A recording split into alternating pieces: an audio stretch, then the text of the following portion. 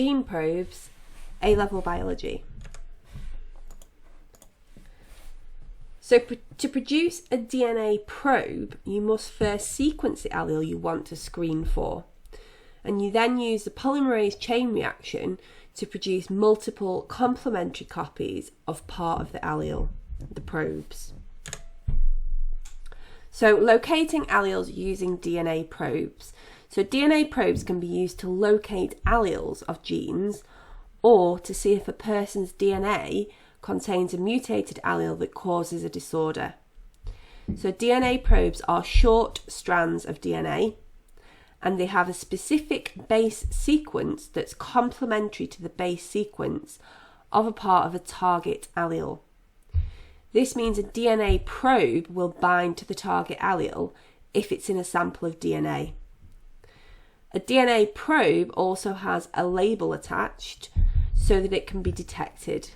And the two most common labels are radioactive labels, which can be detected using X-ray film, or a fluorescent label, which can be detected using UV light.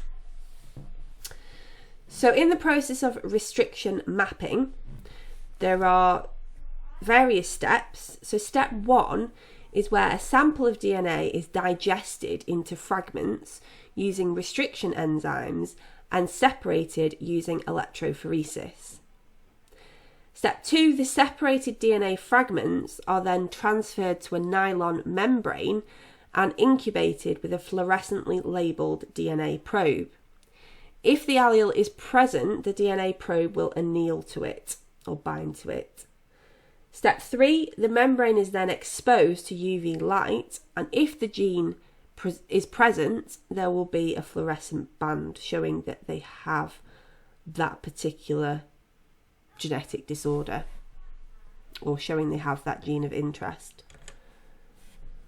Now this process can also be used to screen for multiple genes, so the probe can be used as part of a DNA microarray, which can screen for lots of genes at the same time.